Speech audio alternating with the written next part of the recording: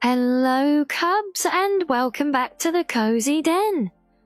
Yes, don't worry, you haven't clicked on the wrong video. We are indeed here to do another book reading, but we are moving on for a while from the Elder Scrolls by popular request. Well, by request, at any rate. Yes, we are back in my own little den now, as we are going to start exploring literature from the franchise of Kingdom Come Deliverance. So do sit back and get comfortable, and I hope you enjoy this one. Starting today, we are going to read Charles IV. He was the greatest and most venerated of Czech rulers, whose legacy shall forever be indelibly etched into the hearts of the Bohemians and into their country. For no other ruler can come close to exceeding his deeds in leadership. He was born in the year of our Lord 1316 as the firstborn son of John of Luxembourg and Elizabeth of Bohemia of the Prenislid dynasty. And thus through his veins flowed the blood of those famous families. But it was the Prenislid dynasty that later brought him, as Emperor of the whole Roman Empire, back to his country, where his seat did establish.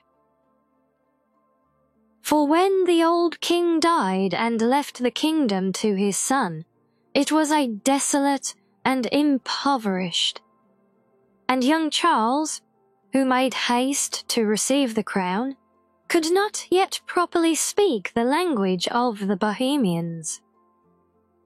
Soon thereafter, he learned to speak fluently as any other Bohemian, and could converse in 4 other tongues as well.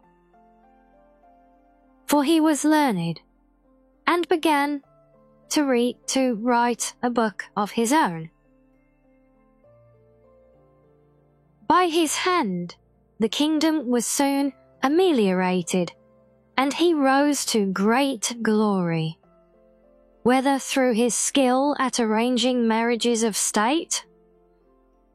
To note, he himself was wed 4 times, each time acquiring a new wife and a new piece of territory that he received as a dowry.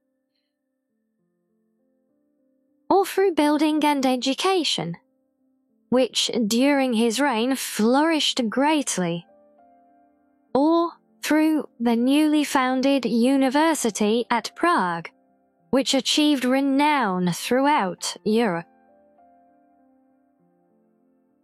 The construction projects that he commenced include Prague's new town, which he founded on the opposite bank of the Vltava, a stone bridge that connected the old town and new, and has no match in Europe, and Karlstein Castle, which amongst fortifications is a building of most fine ornament and rich decoration.